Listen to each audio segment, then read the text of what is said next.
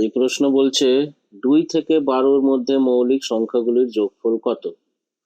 Sum of the prime numbers between 2 and 12 is। তাহলে মৌলিক সংখ্যা কি হয়? প্রাইম নাম্বারস কাকে বলে? প্রাইম নাম্বারস তাদেরকে বলে যে নাম্বারসটা আইদার divisible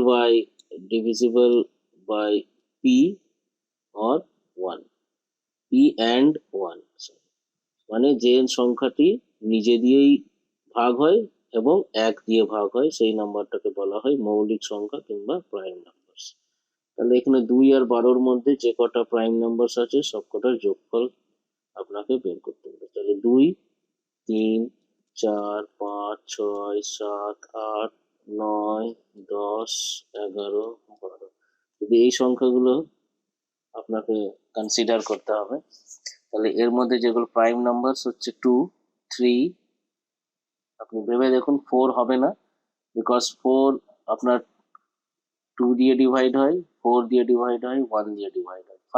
5 হবে, বিকজ 5 আপনার 5 দিয়ে ডিভাইড হয় এবং 1 দিয়ে ডিভাইড হয়। অন্য কোনো সংখ্যা দিয়ে 5 ভাগ বা ডিভাইড হয় না। 6, 2, 3, 1, 6 দিয়ে ডিভাইড হয় বা ভাগ হয়, সেই জন্য 6 হবে না। 7 হবে, বিকজ কারণ হচ্ছে 7 দিয়েও ভাগ হয়, 1 দিয়ে ভাগ হয়, বাকি আর কোনো সংখ্যা দিয়ে ভাগ হয় না। 8 হবে না, 9 হবে না, 10 হবে না। 11 হবে, বিকজ 11 দিয়ে ভাগ হয় এবং 1 দিয়ে ভাগ হয়। 12 হবে না, 2, 3, 4, 6 দিয়ে এটা ভাগ হয়।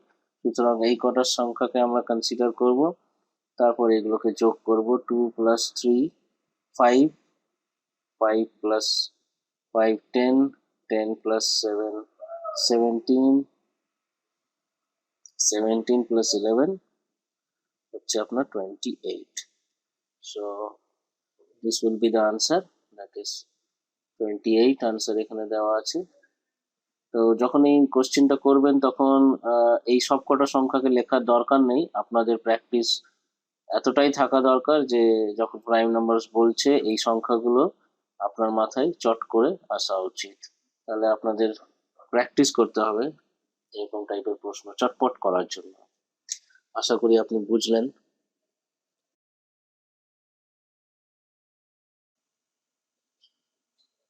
এই কোশ্চেনটা বলছে এক ব্যক্তি এবং তার 2 যমজ ছেলের বর্তমান বয়সের গড় 30 বছর। এই ব্যক্তি ও ছেলের বয়সের অনুপাত 5:2 হলে এই ব্যক্তির বর্তমান বয়স।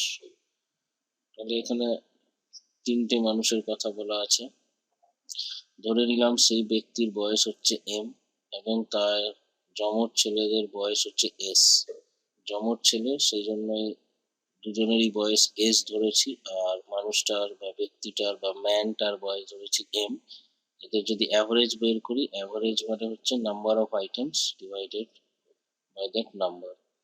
এটার গড় হচ্ছে 30।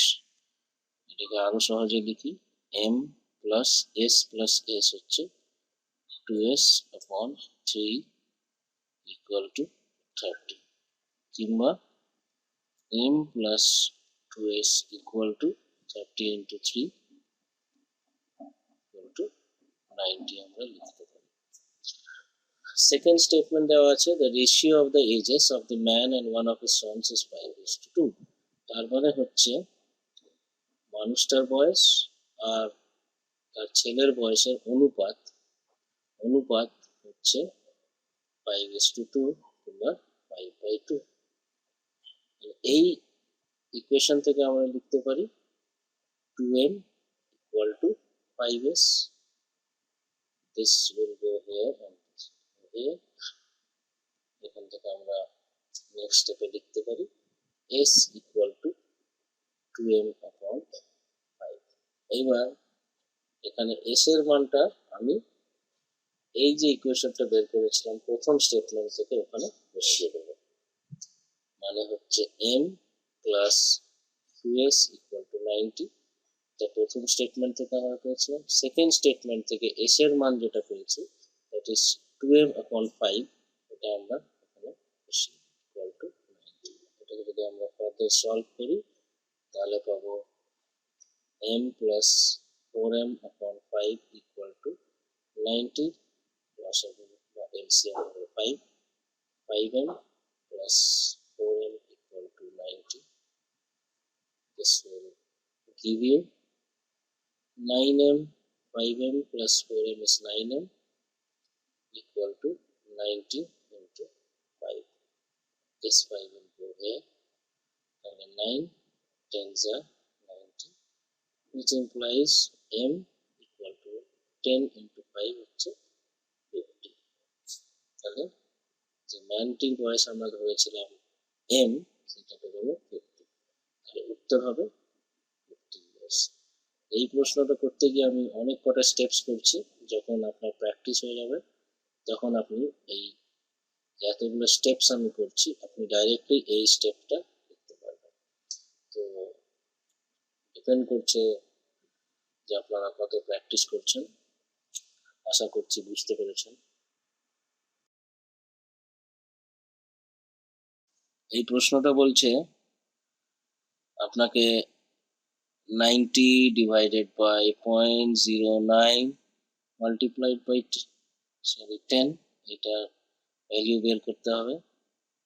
আমরা জানি by BODMAS rules, BODMAS, BODMAS rules আমরা সবাই জানি। বডমাস রুলস বলছে প্রথমে ডিভিশন হবে, তারপর মাল্টিপ্লিকেশন হবে।